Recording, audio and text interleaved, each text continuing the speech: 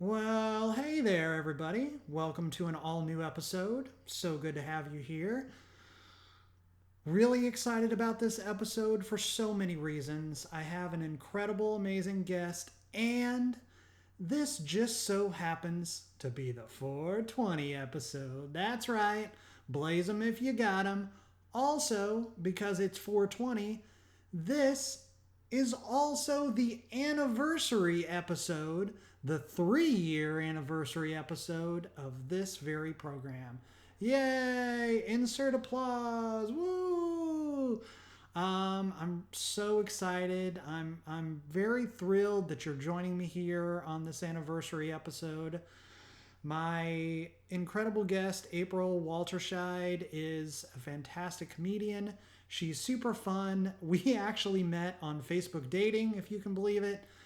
She is just the coolest. She has so much wonderful energy and just whips out joke after joke after joke.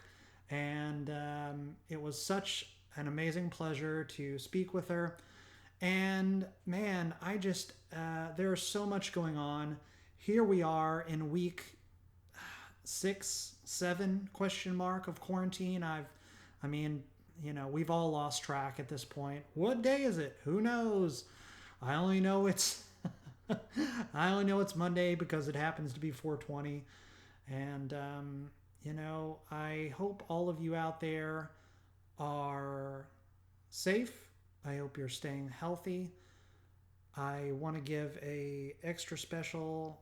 I want to give an extra special shout out to all of the hospital workers, all of our first responders, um, all of the true heroes out there that are helping us to take care of ourselves, and they're putting themselves in harm's way every single day to make sure that we're all right. And we have, of course, President Cheeto just making ridiculous decisions at every single turn. And right now, of course, he's trying to reopen the economy on May 1st. And good gracious, I hope that doesn't happen, because we are trying so hard as a country and as global citizens to flatten the curve. And here in the U.S., we we've we've done a we've done as well as we possibly can, but there's so much more to be done. And unfortunate and upsetting as it is, we need probably another 8 weeks, maybe 3 months, maybe more, to continue flattening that curve, to continue social distancing, and to allow ourselves that to be away from each other, so that we don't keep spreading the disease. This is so very important. Please don't listen to President Cheeto. Please keep listening to the scientists and the people that are actually have the qualifications to give you this very important information on how to proceed in all of this. It's so very important. If you are not already familiar with her, please check out all of the work by Ali Ward. She has an amazing science podcast called Ologies, in which she speaks with ologists from all different disciplines of science and understanding. It is a wonderful, wonderful podcast. Check out all of her work. Follow her on Twitter. She gives out a lot of great information. Also, Adam Conover, who is a comedian and a very intelligent dude. He has a podcast called Factually. You're probably familiar with Adam Ruins Everything, which is his show. I believe it's still going. I think it's still going. And he has wonderful speakers on, really learned people that give really great information on how to protect yourself, not only personally in your own home, but if you do have to go out, you got to go to the grocery store or wherever. There's some really good information there, so definitely check that out. Also, if you didn't catch last week's episode, or this is the first time joining the show, thank you so much. I do want to talk about some very cool things that I've been up to this year. I appear in an episode of the incredible docuseries 100 Humans, which is now streaming on Netflix, in which some very scientifically minded and very curious hosts take 100 people through various experiments to find out all about what makes us us, and just some really, really neat processes that you don't want to miss. I also had the absolute most joyous time of my life participating with 200 other Weird Al fans for a spread in the New York Times, which came out like a week and a half ago, or last weekend. There are actually 2 articles, so please check those out. Very, very cool to at least in some small part work with my hero. And man, it's still such a dream of mine to have Weird Al as a guest in person. Obviously, not till after quarantine's over. Nothing happens until after quarantine's over. But if any of you out there are listening, you want to tweet Al, please be on Faux Real with Devlin Wilder. I'd really appreciate it. Thank you so much. I am also in a very cool video with Refinery 29 on their new series Fact or Fiction. It's all about vaccines. Had a lot of fun getting schooled by those guys. Really, really fun. That's up on YouTube. It's totally free. It's not part of the premium. And also, speaking of the premium content on YouTube, one of my absolute favorite YouTube premium shows, Overthinking with Kat and June, starring the amazing Alexia Dox and Tanea and Triago, is now free on YouTube. So please check that out. I know I talked about all this stuff on the previous episode, but again, if you're just joining me, you hadn't heard yet. I would also like to give a very special shout out to the Nowhere Comedy Club, which was started by Steve Hofstetter and the guys over at Comedy Juice.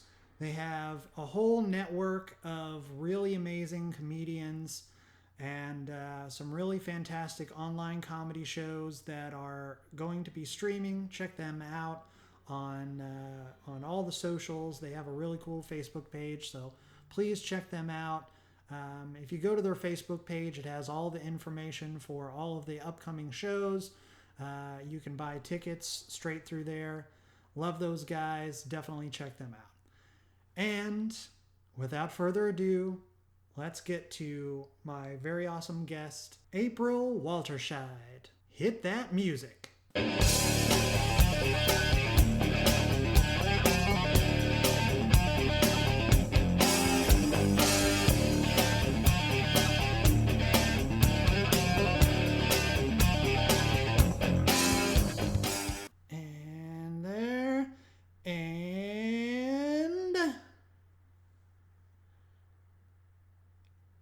Is she on? Yay! What up? How's it going? What up? How are you? How's it going? I got my chocolate. I'm good. Great. Excellent. Chocolatey goodness. So your voice is all nice and coated during an interview. Yeah. That's always good. How are you? I am good today. The other 2 days, no. But you had an awesome birthday, right? Happy birthday again. Thank you. Yes, it was awesome. And we had a faux Bill Burr perform. No, he didn't perform. We would know he's not real, I guess, if he performed. We had a lot of cool guests on my open mics. Yeah. You've been doing a million of those. How many do you think you've actually accomplished during quarantine at this point? Oh, as far as hosting, only 3. No, that you've taken part in. Oh, since March 16th, I've taken part in at least 2 or 3 a week. That's pretty And impressive. I've thrown my material out the window. I'm just doing characters. Just throwing it right out the window. Just got rid of it. Anything in quarantine goes. If you're afraid to do the comedy shows online, don't be, because that's all you got. Just get right out. Mm-hmm. Mm-hmm. So how long have you been doing comedy? Okay. Tell me your origin story. My origin story. Here it goes. I was a little tiny spider born out of my mom's womb. I crawled on her back, and when she let me go, I started doing impressions by 1st grade. And then 5th grade started like imitating This Saturday Night Live. And then nothing for 10 years. And then 2005, went to college in theater, tried to be serious, you know? And my acting teachers were like, that girl's weird. Like, she can't act. Her serious acting sucks. There's something, like, I would do a scene, I'd be like, hey, Miss Bird, you know, the acting teacher, like, Miss Bird, I would do the scene, and this is her face after I would do the scene in front of her just for practice. She's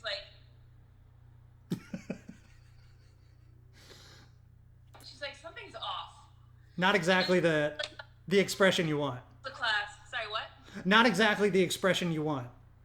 Yeah, because I'm in the moment. And then during class, she'd be like, college-age students, comedy's hard. Don't ever do it. And I'm sitting there like, oh no, it is. And I was like 20 or 19 or 20, and I'm like, it is? It is? What? And then,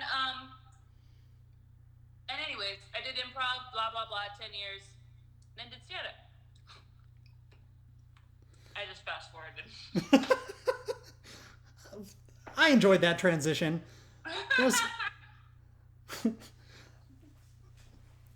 So you started out wanting to do drama. That was your focus. That was your trajectory. You were going to be a serious actor. Yeah, I like making people cry. I still can't, but yeah. I mean, I taught acting. I eventually taught improv and acting to like adults and children and stuff. And I guess I did an okay job because the actors, they would do serious scenes and they would make me cry. But I never gave them a look like, what was that? Yeah, that's not really the reaction that you want from a teacher. At least that's not the reaction that I ever wanted from a teacher. Although I did get a lot of very strange looks too. I sort of had that trajectory myself for a long time, and you know, I mean, still primarily, you know, focused in film and television, but yeah. It's you know, but it's all part of it. What was your you started out at the Comedy Store, right? Is that what you said? Oh yeah, I was born there. Started Right. out there. In the belly room? Right out there. In the womb of the belly room? Yeah, in the womb of the belly room. I started out in Phoenix comedy. So my first stand-up comedy, if you're talking about that, was I'd been on stage before, but stand-up comedy, I did a character at like a banquet hall. Oh, really? Chandler, Arizona. Yeah. My friend Chris Zucker would host these banquet things where like, sorry, my mouth is full. And they would have to, he rent out a room at a restaurant, you know, because they have like, I guess restaurants are like hotels, they have rooms or something. You didn't know that. Like a banquet hall or whatever? Yeah. Mm-hmm. And rent out the restaurant, and whoever didn't order, he would pay the rest. Like, if the restaurant wanted $200 from that room that night, and he didn't like meet that requirement, he would just pay the rest. So eventually he stopped doing that because it got expensive. I would imagine. What? I would imagine it did. What a nice guy, though. That's pretty awesome. Yeah, Chris is great. He eventually opened his own comedy club in Mesa, Arizona, which is not around anymore, but like it was great times, great memories. Yeah, that's awesome. So you got to be the turkey for all the dinner shows. Yeah, it was really fun though, because I would just improvise a whole set. I wouldn't even write down anything. I'd write down premises and then dress up as a dude or something and then do comedy. No, it was fun. I was afraid to do comedy as myself. For some reason. I didn't want to focus on myself that hard.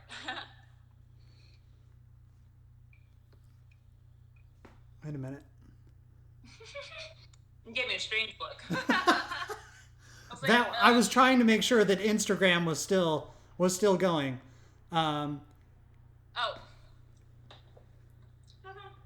Okay, everything's recording. We're all good. Just make. Okay.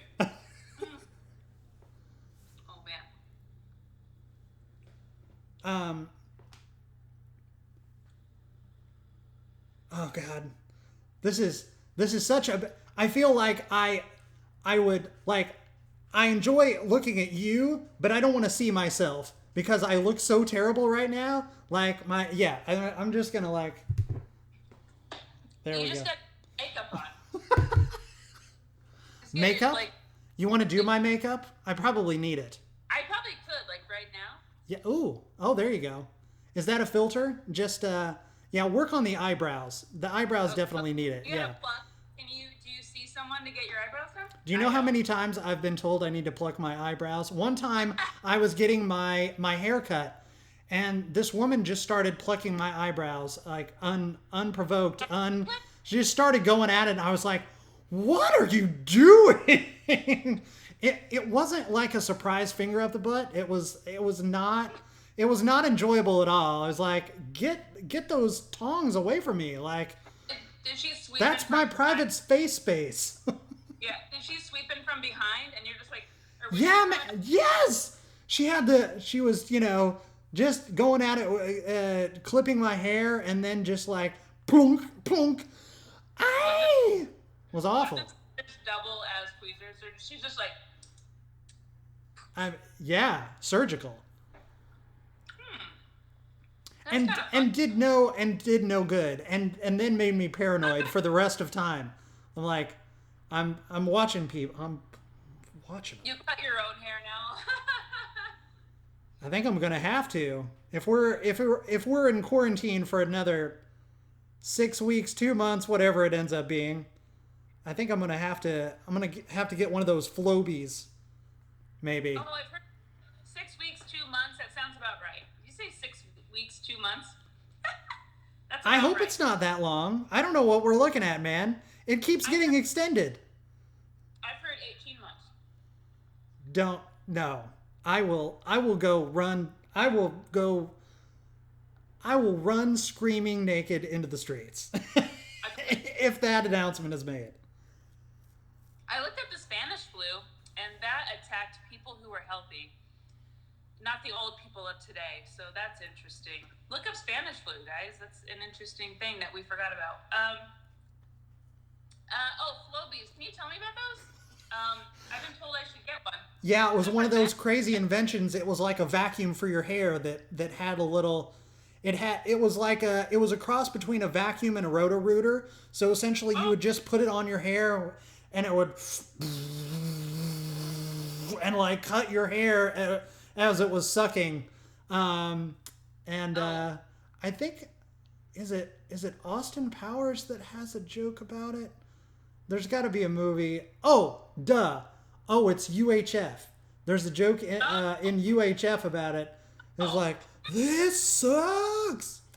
Did I miss that? Oh no, yeah, it's okay. I think it's in UHF. I should know. If I get that wrong, I got to edit this out because I'm supposed to be the world's foremost Weird Al expert. If I get that wrong, I'm done. I'm out of the game forever. That whole movie is all like ads and stuff. So yeah. No, yeah, this looks like a vacuum. Right? It's crazy, right? What the fuck? Your hair has to be long enough. I saw a lady who bought a braider, an automatic braider, and I cut her hair instead. Like, I had like a braiding thing, and it just ended up like getting caught. Her hair got caught. Twisted like spaghetti? She got African-American hair, and it was just like not working. And oh no. Like, I think this braider is for doll hair, you know? It's not for like anybody's hair. Yikes. That's not good. No, not at all. Oh, hey, you things. Do people, well, no, hey, this is your podcast, but you sent me a clip of you in a show where you pretended to have a girlfriend. And you pretended. That's everything I've ever done. Getting your dick stuck in, oh, yeah. Your dick stuck in like a doorknob hole. Banister. In a doorknob hole, yeah. That was from Sex Sent Me to the ER on TLC. I don't know why I sent that to you. I don't know why anything I do. I don't know why I think anything I do is a good idea. That's my way of flirting, I guess. Showing people videos of getting my dick stuck in a door. That was actually, every part of that was scripted. For the show, you're supposed to send them things that actually happened to you. I don't know if anyone ever actually did, but that's what you're supposed to do. And the producers found some other video that I did and thought I was ridiculous enough to do the show and said, we have this idea for you. And I wasn't dating anyone at the time, so I had to find someone that would be my girlfriend. And so, yeah, the girl that ended up doing it, I was admittedly attracted to her, and she knew it, and she was very bothered by it, but she wanted the money. I knew that she wanted the money, and I knew that she would do it for the money, and she did. But she did not like me, and she still doesn't like me. And so it was very awkward. And the producers, during the shoot,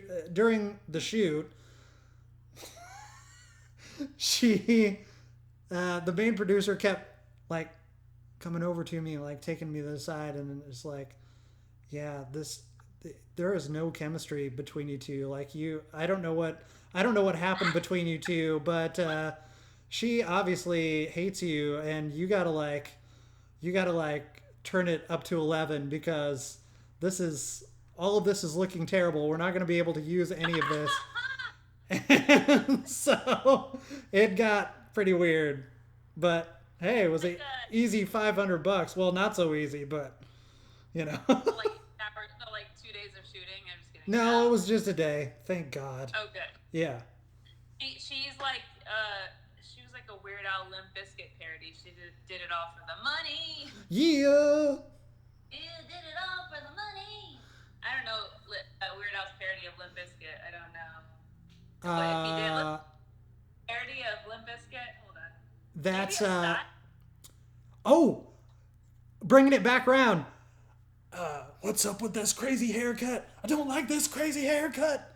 That was his. I think that was his Limp Bizkit parody. He did it for the Weird Al show.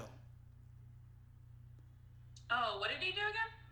It was a parody of the one where he is like in the music video. The guy is a clown, or maybe it was Weird Al that was the clown, and he's like doing this a lot with his. I'm sure it's on YouTube. So I'll say Weird Al hand gestures. Is that what I should look up? Crazy haircut. Oh wait, I mean that's a cover of one of his albums. He has a crazy haircut. I put hand crazy haircut. Hold on. Lousy haircut. Yeah, that's the one. Oh man. Oh, that's looks like the devil. Yeah. Oh shit. Oh, is that the Limp Bizkit parody? I think Oh. so. I think so. I think that's the Limp Bizkit song that he's parodying. Oh. Is it more like style? Let me see. Because it looks like. Oh no, it's actually a parody of No, it's a parody of not Limp Bizkit. Firestarter. Right. Prodigy. Prodigy. Parody. It's Prodigy Once again, parody. losing Weird Al points. This is not good. I'm going right off the deep end with that. I'm gonna get a lot of angry letters. Oh yeah, you might. Because he has a star now, so you better be careful. That's right. His thugs will show up at my door with accordions. Angry white boy polka, maybe. Oh yeah, you've never heard that? No, have I? Let's see. Hold on. Maybe. Oh. You got to stop playing music clips. I'm gonna get sued. Yeah. Al's Gestapo will show up at my door. Sorry, I don't mean to have. Yeah, Papa Roach, System of a Down. He did Chop Suey. Limp Bizkit My Way is what he chose to do the polka about, so I don't know. That's an okay song. Oh, that's right. Why that one? I guess whenever the albums come out, whatever is out 3 years before, he'll do it. Right? Yep. Okay. This is a Weird Al podcast now. I've almost done that about 27 times. I had a Weird Al podcast that I was going to do called Accordion to Al, which I thought was it's a perfect title, right? Except there is an author named Nathan Rabin who wrote a book, a glorious book called The Weird Accordion to Al. At the exact same time that I was developing the podcast, and he never got upset, but there was some definite online tension because I secured Accordion to Al as a handle across social media. Oh no. As he was getting ready to release the book, and it ended up being a tense situation, and I scrapped the podcast and I deleted all the handles. There was no like, he wasn't gonna do anything, but I felt bad for like stealing what he might have used for his handle, so I didn't do it. This came out like 2 months ago, 3 months ago. This book. Yep. Oh, sounds like an old title. Did you say 27? Like exact? Because like 27 is Weird Al's favorite number. Did you say that on purpose, or is that a real count? I did. Okay. Well done. Well done. Yeah. Well, okay. What's the first time you saw Weird Al? Like, what was the first video? How old were you? This is turning into a Weird Al podcast. This is supposed to be about you, April. I want to know about you. The first time I met Al was at a convention in '98 called AlCon, which was put on by a Uber fan named Amanda Cohen. She produced it, and it was at the Chicago Hilton. And at the time, it was the most exciting thing that had ever happened in my existence, and I was excited. I was thrilled out of my mind to go, and I bought a ticket for myself, my girlfriend, and my best friend. And even though I was more than old enough to take a trip on my own, I had purchased tickets to go on the Amtrak, which went straight from my little tiny hometown all the way to Chicago, so it was a straight shot.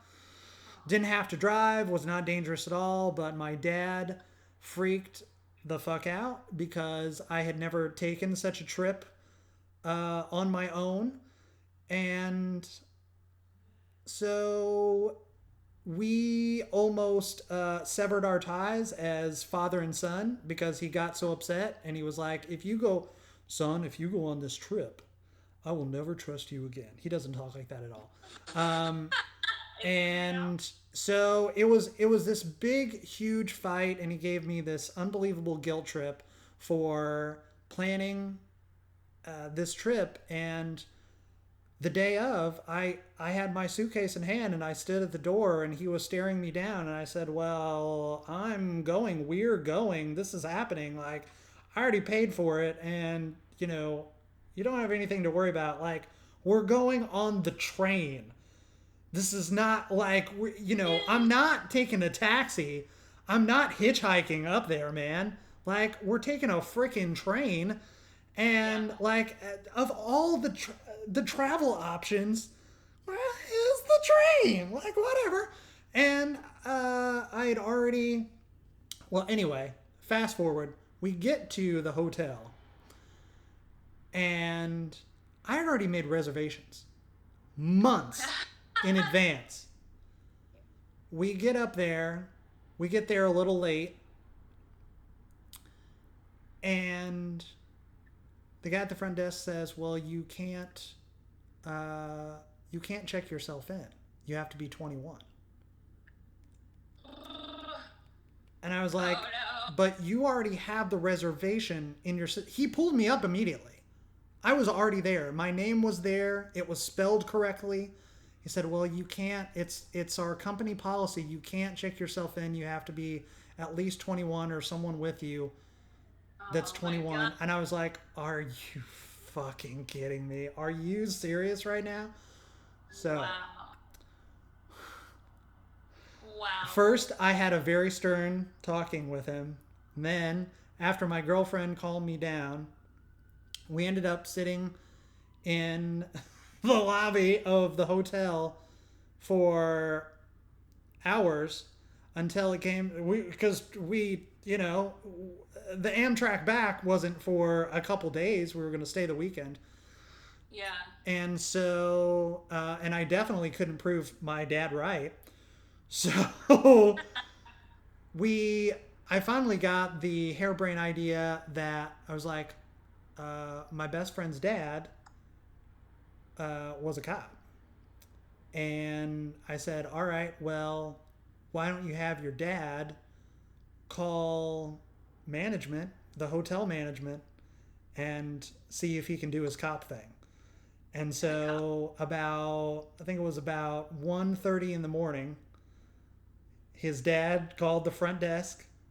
He's like, listen, uh, my my boy and these guys, they're trustworthy. You can trust them. You've already got their information. Let them through. I don't know what he said. I didn't hear the conversation, but but yeah, he got us in, and we checked in and had a great weekend. Went off without a further hitch. This is All definitely right. not my interview. This is your interview. I know. I know. I have a podcast. I know it happens. I know this happens. It's okay. It happens. Oh, that's close. Okay. So that's your Weird Al story. That's my Weird Al story. Have you ever met Weird Al? Um, I guess. I mean, he's been near my face. It's right up I'll in tell you there. how I'll go back to '96 Amish Paradise. I saw it on. We didn't have cable, but I saw it on like a fuzzy box, like a fuzzy. Like we could get some channels that were like music video channels. I forgot what it was called. The '90s music video channel. But it just came in like, just like really crappy. But I was just like, who the fuck is this? Not MTV. You're not talking about. Was it the Canadian music video channel? No, it was like on some music video channel '90s shitty. Hold on, let me see if I can find. VH1. No, um, I don't even know what it was called. Like One or yeah, I don't remember. But it wasn't an MTV or anything. It was just like maybe it's a local channel that was just playing music Much videos. music. What? Much music. That's the Canadian one. No, not that. I know that one. This one I don't remember the name. It was in Phoenix. It may have been like a UHF situation. They're just trying to play things. Phoenix. Let me see. Maybe it was just in Phoenix. What was it called? The Box. I really think it was called The Box, to be honest. That sounds about right. Yeah, I'm pretty sure. Yeah, it was probably called The Box or something. But yeah, they played music videos, but it was like, we had a bad antenna, so it was just like, fuzzy. Sure. And Had the rabbit ears that you had to pull in a certain way? a what? Did it have rabbit ears on the TV? You know what I'm I talking about? No, no. In Phoenix, I had that, but Mesa, Short for Arizona, jukebox, Wolf Brown says. That makes sense. the antenna was on the roof when I got to Mesa. I kind of touched the antenna, but as a kid in Phoenix, I think our TV had an antenna. And my dad would steal cable. He would well, he wouldn't steal it. He would buy a card or something. He would buy something where you could get it for a month before they would just like disconnect it. So I had MTV as a kid. I saw like Paula Abdul and that cartoon cat. Opposites attract, yeah. Opposites attract. Yeah. Sure. 2 steps forward, I take 2 steps back. It prepped me for Space Jam, but then I saw Roger Rabbit by that time. And then Weird Al, I saw him with someone, with a old boyfriend in like 2007, and he sang. It was a Weird Al concert. I'm like, I'm for it because I already know some of this guy's songs. So I watched the show. It was great.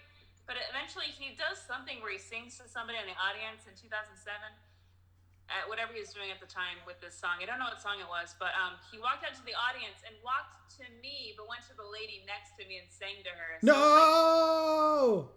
Yeah. He was right next to me. But he got his nostrils right up on your cheeks. That's good. Yeah. That's hot. And I was just like, what? 2007. 2007, yeah. 2007, let's see. 2006 was Running with Scissors. So it would have been the Running with Scissors tour. Oh, seriously? Wait. 2009? No. Getting it wrong again. Really? Sorry. Running with Scissors was 96. 2007 was... Not Poodle. Wait a minute. No, that was, White and Nerdy was on that one. Well, unless you're trying Straight Out of Linwood, baby. 2006, right. Straight Out of Linwood, yep. Yep. I drive through Linwood on the way to work all the time now. Do you? I drive through Linwood. I mean, I've seen it, yeah. I've driven through it. It's, yeah, I've driven, at least on the freeway, it's mentioned it. Yeah. Because I work in Long Beach, when we're not in quarantine, Yeah. No one should have to work in Long Beach. That's like a prison sentence. It's like, it's far away from everything. I mean, there's stuff there. Did you know that? There is? There's stuff there. Yeah. There's stuff there, man. Hey, you know what I bought tonight? What did you buy? I bought vegan fish. I'm going to make some vegan fish tacos. And I bought plain yogurt. I'm going to dill it up. I stole dill from the store today.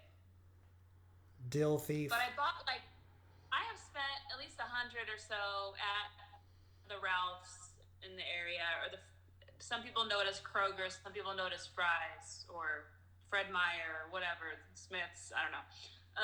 Yeah, I stole some dill from the store, like it was in my bag, and I was like, oh my God, I was gonna pretend I forgot, right? But then I purposely forgot. Does that make sense? Like I forgot, and I'm like, I can get away with this, so then I just forgot. Run for it. I rung up like $30 worth of stuff, and then fresh dill. You have to steal the fresh dill. You can't just steal a packaged dill. Absolutely. They'll catch you on the way. Yeah, you don't want stinky dill. Nobody wants stinky dill. You gotta take something that's real, like a real apple or something. It's kind of like stealing a lemon off of someone's tree, which I've only done once. At my neighbor's tree. Like, people have so many lemons and oranges, so they're like, take them. They're always like begging people to take them, and I never do. I always just buy oranges. I live in an alley and somebody has an orange tree, and I just realized I could probably swoop some oranges from them, but I keep buying them because I think when you buy them, they're bigger. I've heard a lot of women say that. When you buy them, they're bigger. Like if Yeah, you buy your boobs, they're bigger. I don't want. I've heard. I don't want to be a fakey fake. Uh, No, you're hey, absolutely where not a are you fake. at in the LA area? I'm in Burbank. I'm in North Hollywood. Oh, good. I'm in Burbank, so you're pretty much just across the street. Yeah. I live If by I'm a at Pizza Plaza, Hut, you're across the street. which is one of the greatest things that's ever happened. It's a blessing and a curse, though. They all know me by name. Shout out to Pizza Hut. Do they call you pepperoni nipples? They call you pepperoni nipples? No, unlike most of the world, they haven't seen my nipples. Nope. Good. I have not shown them my nipples. They've seen way too much of my credit card, though. That's for sure. They built a they built a they've what? Your nipples have seen way too much of your credit card because you're always buying. My nipples have seen my nipples have seen too much. Way too much. They have just, I mean, I had to put masks on both of them because they were just, they're breathing out too much to the world, It's weird at Pizza Hut and 7-Eleven, they have like full on protective plexiglass, like man, it's so weird. Sprouts?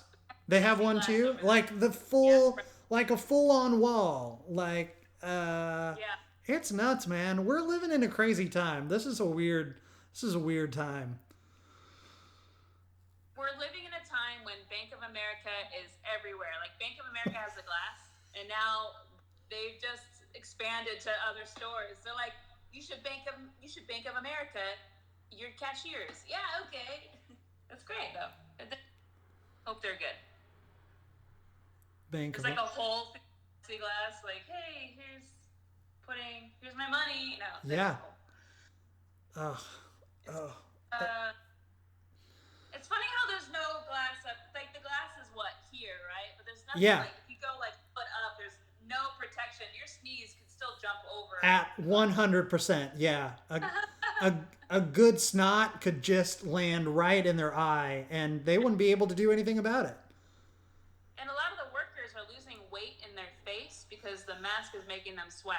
So, and they have like a permanent line. Oh my God, I never even thought about that. Yeah, that makes total sense.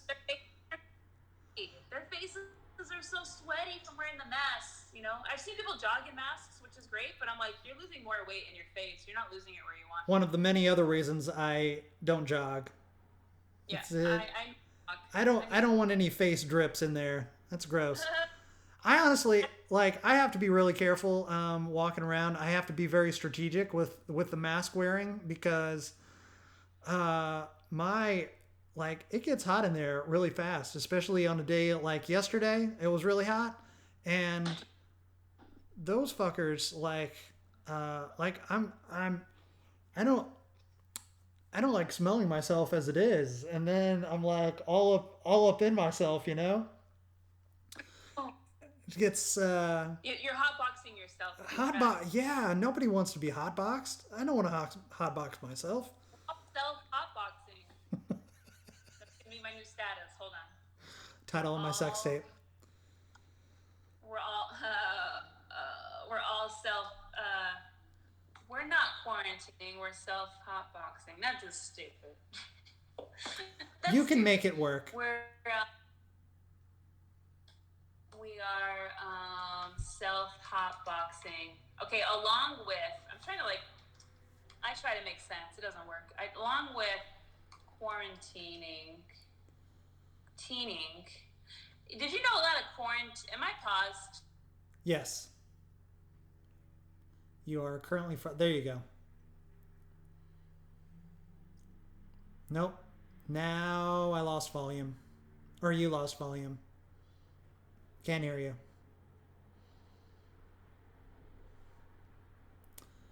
You need to go out and come back.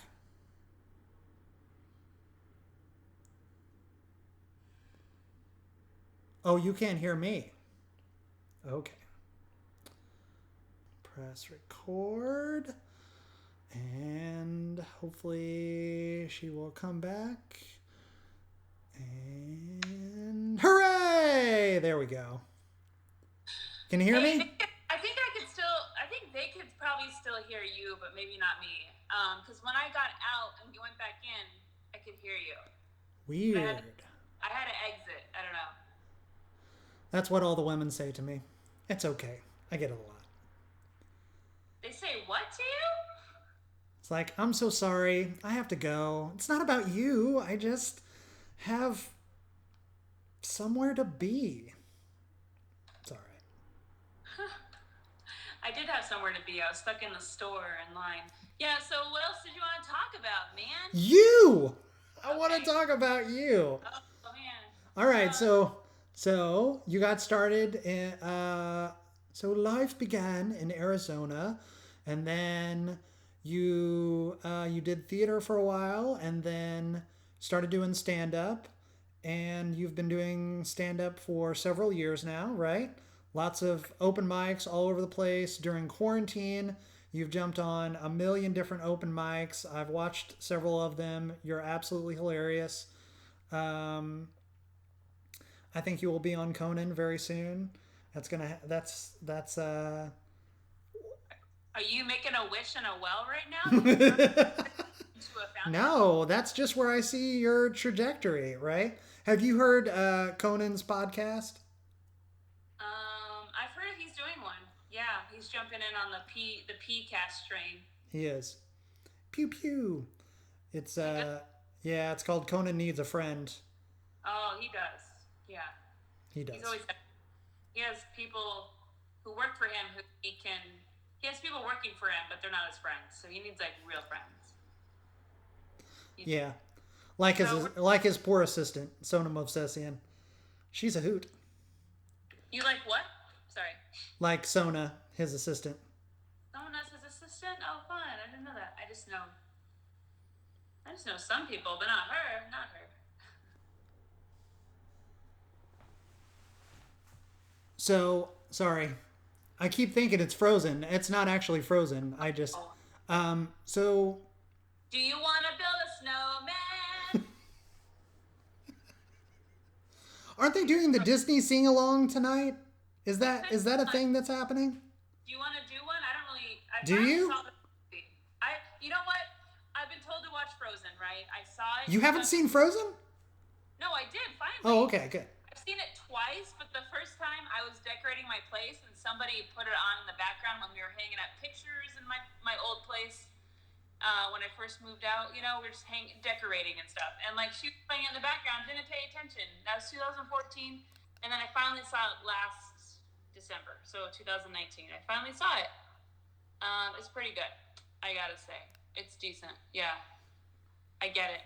The second one is actually better than the first one, I believe. They they cranked it up in the second one. Yeah, it's even more moving than the first one, I thought. But you know, I mean, Scream 1, like speaking of different genres, Scream 1 was good, 2 was better, 3 was great, 4 was Yeah. 5, I don't know if there's a 5. There probably was a 5. I think they're making a 5. They are? I think so. What? Hold on. Really? Yeah, it's happening. Is Courtney Cox coming back? I mean, she has to be, right? Oh yeah, it's happening. Oh yeah, absolutely. 2021, if it gets made, if they haven't, yeah, if it's not quarantined forever. It's gonna follow a woman returning to her hometown again. Sydney. She's returning to her hometown. She never died. I mean, it could happen, I guess. Neve Campbell's in it. Sydney Prescott. Okay. Yeah. Rumored. She's rumored. Whatever. They have to say that. She's in it. It says Neve Campbell playing Sydney Prescott rumored as if she's gonna play somebody else. Like suddenly she's gonna be Sydney Columbine. Just a different name. I love the Scream flicks, actually. I don't do a lot of horror, but I do like the Scream flicks.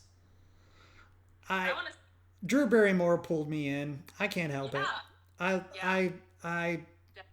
would kiss the ground she walks on. She's great. What if she returns? Like she's dead, she just returns. And she's now the Ghostface killer. Oh, could you imagine? Wouldn't that be great? Somehow they do a flashback. They would never do a flashback. They would never do a flashback in Scream, but if they did, is Wes Anderson still alive? Yes. Wes Anderson, you mean Wes Craven?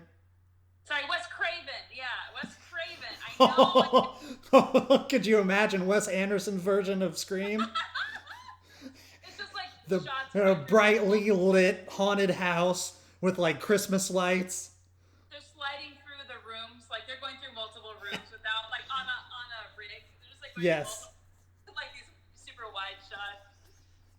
That would be awesome. No, Wes Anderson. Bellhops everywhere.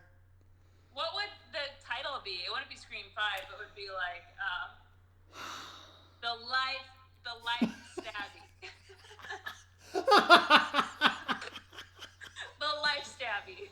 That's amazing. I would pay all the money to see that, honestly. I'm gonna come up. Hold on. I'm gonna come up with. Let's not even talk about me. Let's just come up with titles for different Scream 5s. Okay, great. I love this game. Okay, so the life stabby. What are other movies? I know them, but I forgot. Okay. Isle of Masks. I forgot I did that. What else? What's the one with the hotel? Oh yeah, that's what I'm looking up. The Grand Budapest Hotel. So, be like the Grand Stab Fest Motel 6. The Grand Stab Fest Motel 6. It'd be like the Grand Phone Call Pest. The Grand Phone Call Pest. Some of these titles, the Royal Tannenbaums, the Royal. Oh yeah, that's right. I never saw that one. The Royal Stabby Bombs. The Royal. Would you ever want to do a horror film? Yes, that kind. Yeah. If it's good and not cheesy, yeah. Like. Well, there's got to be a little bit of a cheese. No, but as long as it's like you just like I saw a movie called The Babysitter last night. I was looking up horror flicks for some reason because I'm trying not to watch murder documentaries or murder YouTube things, and I'm trying to watch things that are not really reality. Although the coronavirus happened, and I always watched Pandemic, and I thought that would never happen. It's our reality now.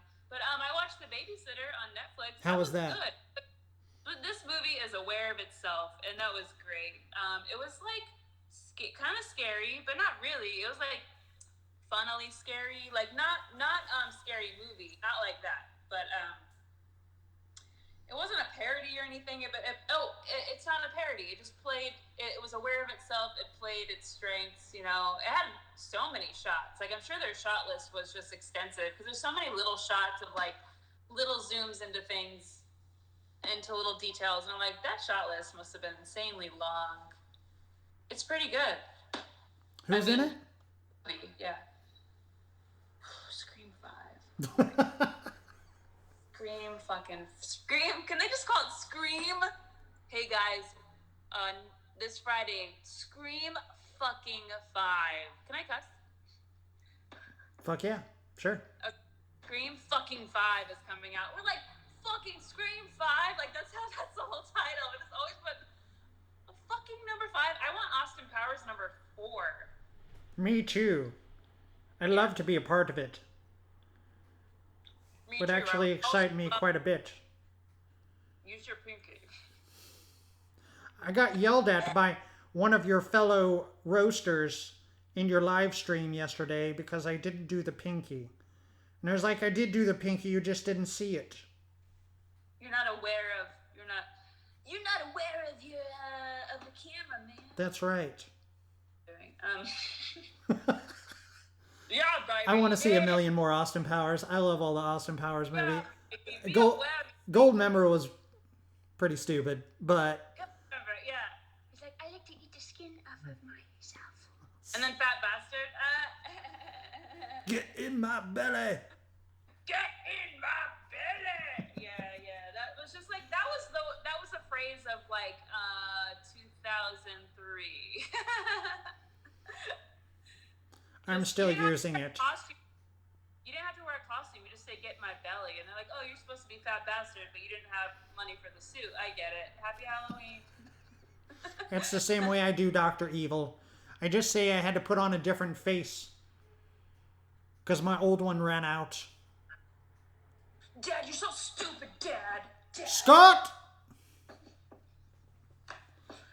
Get over here, Scott. No. Ah, I miss Vern Troyer.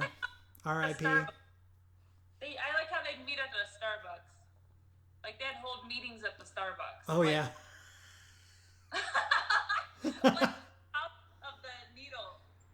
At the top of the needle was like they own Starbucks. And he's like, I want $1 million. He starts laughing when he's trying to like make ransom requests, and they're like, okay. And I want $1 million. I think you should ask for more. Oh, really? Oh. $100 billion. Then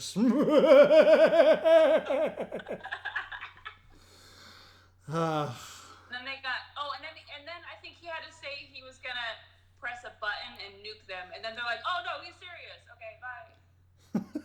It starts scrambling. I'll do it. Yeah, Watch like me. Yeah. Boop.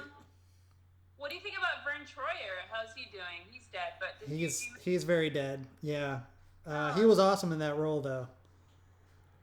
He was okay. He was a little pint. Yeah. No, he was good. Hilarious dude. I mean, is he hilarious? I think he was a serious actor, wasn't he? Or is he? Was he? I thought he was a serious actor. I swear. It's like both of us like, trying to be serious actors. Accidentally in comedies. Yeah. That's how it happens. You don't want to be in comedies. No. These people who are dramatic don't want to be in comedies because they find themselves in them. Same thing happened for the dude that played the Adonis in Rocky Horror Picture Show. He was a very serious actor. It was like, I would never do anything like that. And then that was his breakout role in the thing that everyone in all of history knows him from, and he never worked again because he was so embarrassed by it. Oh shit. Because the Adonis? Oh yeah, he had like the muscles. Okay. Uh-huh. I thought you meant the other blonde guy. The other blonde guy that's creepy as fuck in that movie wrote the movie. You mean Riff Raff? That's where I got my Dr. Evil. It's just a little bit of a dynamic change. He wrote the movie. Why don't you both come inside? That's Riff Raff. I played Riff Raff. We should go. It looks friendly. Let's go. Let's do it. Damn it, Janet. Wolf Brown says he watched a documentary about Austin Powers where it said that Dr. Evil was Mike Myers making fun of Lorne Michaels. That makes a lot of sense, actually. Well, if you spelled Lauren wrong, it's Lorne, not Lauren. Oh, yeah, it's Lorne. This is the new hey, Lorne Michaels being called Lauren was like the first U''RE and YOUR. Like, people are like, hey, we know he stepped away. Like, Lorne Michaels stepped away from producing SNL. I just remembered that. Like, I think he was gone for like 10 years or 5 years. Was it that long? Maybe 3 years. I don't know. I was listening to Martin Short's book because I never finished it. Wolf Brown says, I don't care. Oh, fuck. Well, I care about you, man. I know him. Oh, you do? Yeah, sorry. Everyone in here is just the one. Is your fans? That makes a lot of sense. No, he probably likes you. I don't know. I don't have any. I don't actually have any listeners, so it has to be all of your fans. Why am I on here? I'm just kidding. Good question. I have no idea. You said yes. You paid me $1 million. $1 billion. And I'm trying to be proud. I love Mindy Sterling so much. She's almost been on the show at least 15 times at this point. But she hasn't. Wait, what? Wait. Mindy Sterling, Frau Oh my Verbissimo. god, she was on? She's a groundling. No, she hasn't been on the show. We've emailed back and forth. I have a email list that goes about 30 emails deep. And every time I set a date, she's like, oh, something else is happening. Or, we're quarantined for 6 weeks. Yeah. Frau Farbissimo. Get Frau Farbissimo. Frau! Wow, man. I'll have her on eventually. She'll be on here. And I'll do my stupid Dr. Evil, and she'll be like, don't do that. If she's ever on, I mean, she has a memorable name and a memorable face, but not together. I didn't know that was her name. Yeah, Mindy Sterling. She's a groundling. She's fantastic. I had, I believe, her and fellow groundling Annie Sertic lived together. Oh, wow. Or they did. And I had Annie on my old podcast, and it was really fun to have her on, but my co-host was evil, so... Dr. Evil was your co-host? Dr. Evil was my co-host, yes. Like the real evil The whole time, yeah. Actually, I wish Dr. Evil would have been my co-host. My actual co-host was actually evil, and it was bad. Oh, I'm sorry. Sorry about that. My phone's active. So, sorry about that. I have it on tripod. It's totally okay. Dude, we have learned absolutely zero about you. Well, you gotta jump in. I have to ask better questions. Is that what you're saying? You gotta jump in and ask me things because I'm just. Are you? Silence. You're quarantining alone, right? Do you have any roommates? Yeah. Do I have parents? Do you have parents? What? What did you just ask me? I said, do you have roommates? Yes. They're not here though. I'm quarantined. Oh no. I was planning on having roommates, but they're not here.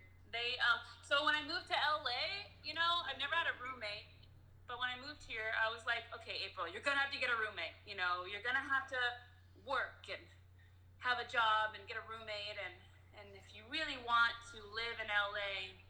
So I get here, I got a job first, which is crazy, and then I've slept on so many floors, slept in my car, but slept mostly on a lot of people's floors, Me too. or their oddly shaped couches, like that don't fit a body on it, but you somehow fit on it. A lot of like back aches on the floor, but sometimes it's nice. And then I really thought I'd have a roommate. I was planning on it, and then no, don't have one. I found a way to not have one in LA. So it's great. I like being alone, but the fact that I really can't go see. I'm used to being alone to where I work 4 to 8 hours. I see people, then I go be alone. That's really nice.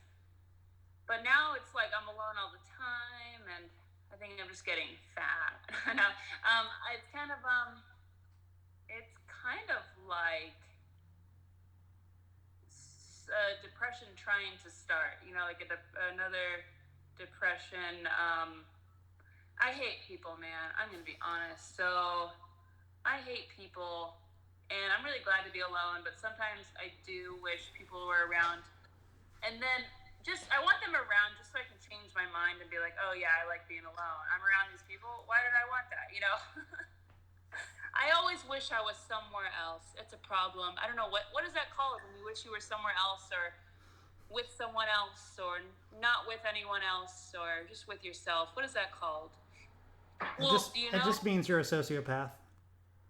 Oh, Like most of us I mean, entertainers. Okay,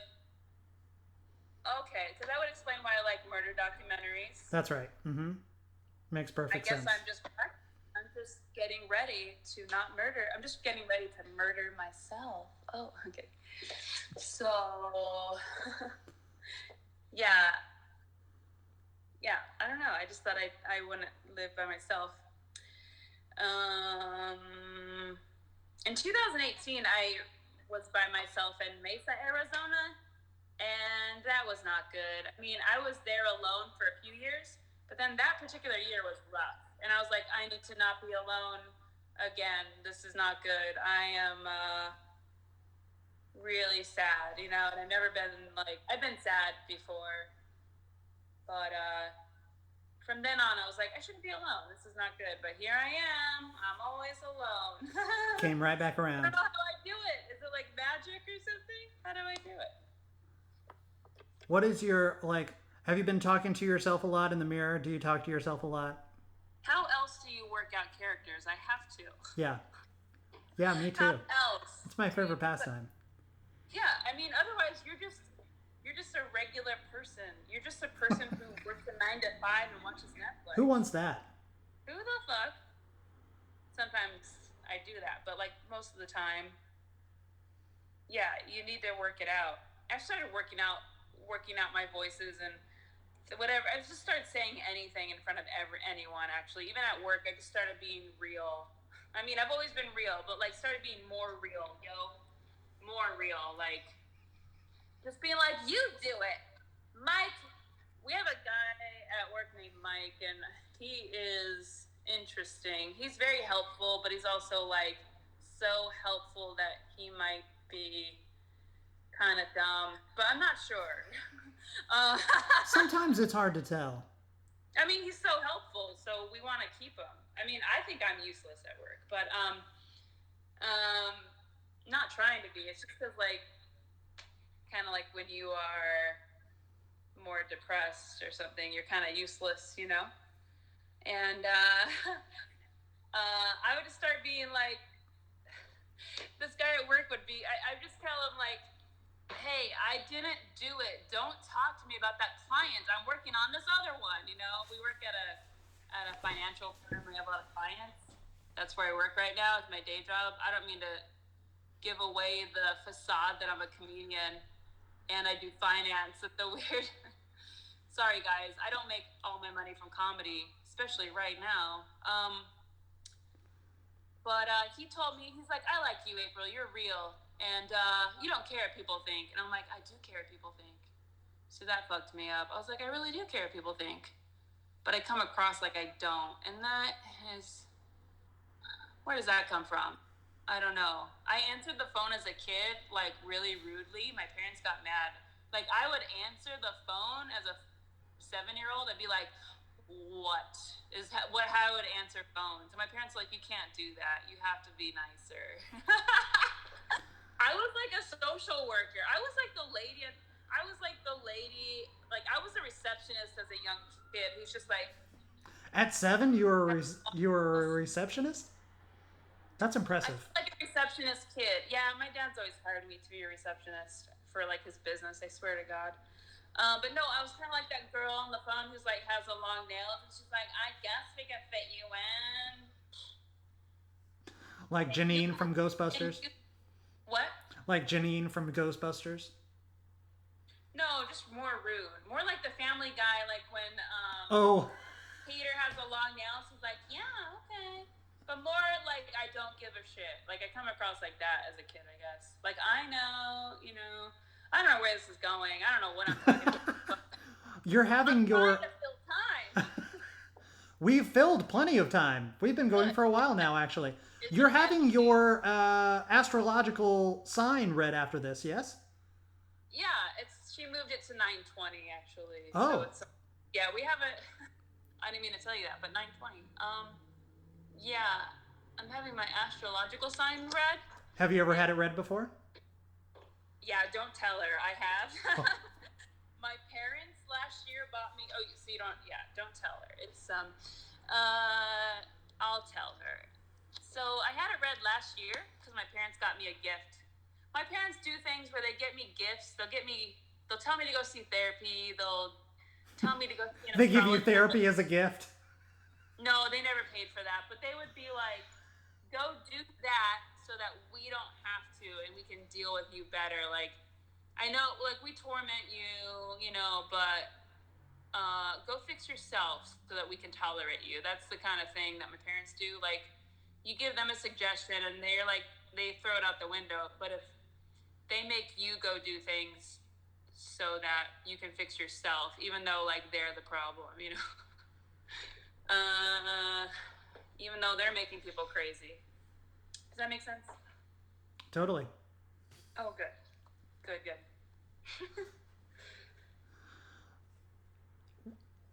Well, April, this has been awesome. We've been going for a little while. No, I'm sorry I'm so boring. Honestly, I should have better questions. Usually I have a whole list of things that I write down.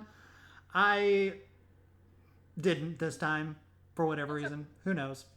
But you're amazing and hilarious, and I can't wait to see you on all of the things. And I'm going to continue watching all of your open mics. When is your next online open mic? Or when is your next comedy show? Okay, so tonight, guys, first things first. Astrological reading tonight at Emily Knows Everything. Emily Knows Everything with an I-E. Emily with an I-E. Watch that tonight around like... Is she giving you the reading? Is Emily giving you the reading? Yeah, somebody bought it for me as a gift. My parents. I didn't know that she did that. Yeah. That's hilarious. She does everything. That's crazy. Yeah. She knows everything. She does. That is the name of her show. But really, they need time to research. They need time to research you, so it's pretty great. I thought they just plugged it into a website and just paid all the money I paid them, that my friend paid them to do the reading. Yeah, you can make a lot of money doing it, I guess, if people even believe you. And then after that, I really, just check out my Facebook page or my Instagram, April O'Neil, and check the stories, because I don't know what I'll be on next, to be honest. I don't know. I'm on another podcast, is all I know, pretty soon, like a week from now. I do sometimes I do a comedy show that Devontae, a guy, see, these are just people you don't even probably know, but Devontae Easby, he has an open mic, Mondays and Wednesdays. Sometimes I'm on that. My friend JDK, who's in the comments, Future Players Society, he has open mics, so I really don't know. I'm sorry. So stay tuned to your social, which can be found at April O'Neil here on Instagram. And where else? April Walterscheid on Facebook. Yeah. Cool. All right. So definitely check out all her channels, everybody. Stay tuned here. Please follow me back on Faux Real Pod. Check out the show everywhere you find podcasts at all the places. We're on Apple Podcasts, iHeartRadio, Spotify, Luminary, the Laughable Comedy app, and all of the places. So, yeah. Thank you so much, April, for joining us. I will be tuning into Emily's reading for you, because that sounds awesome. I can't wait to see that. I think she charges like $25, so it's not bad. Some places charge $150. Not gonna happen. Nope. Free or bust. Nope. I don't subscribe to any of that. I really don't. Nope. I would never pay for it either. Not a chance. Hey, I want to thank you for having me on. Man, I just don't even know what I said, so I really hope it's interesting. I don't know what I said either. It doesn't matter. That's not interesting. Oh well, like maybe. No one listens to my show. It doesn't matter. Oh, okay, great. Okay. We're good. All right. Have a good night. You too. Goodbye. Bye. Remember, you can follow me, as always, across all the places at Devlin Wilder. That's DEVLINWILDER. And Faux Real at Faux Real Pod. That's FAUXREALPOD. That's it for this one. See you on the next one.